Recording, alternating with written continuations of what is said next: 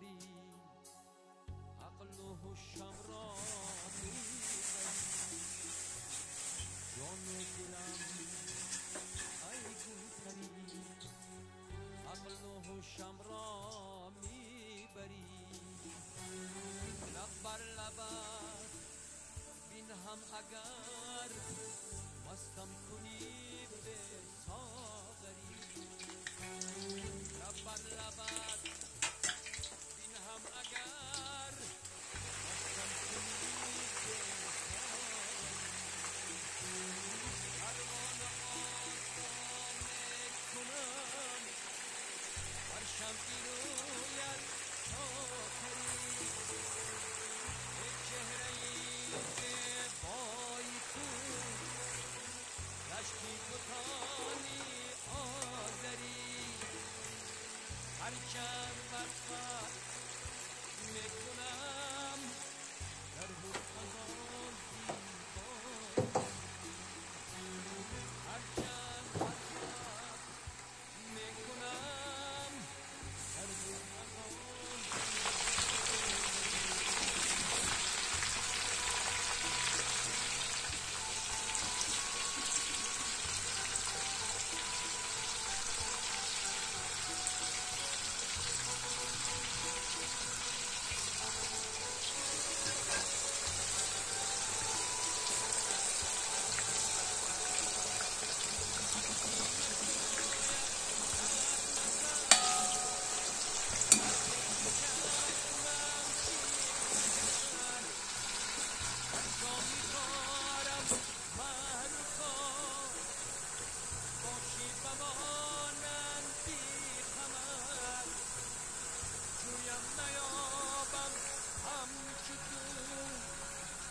یاری عزیز و معتبر.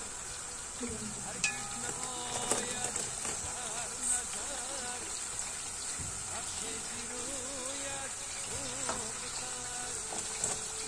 شمسی ندانم یا قمر،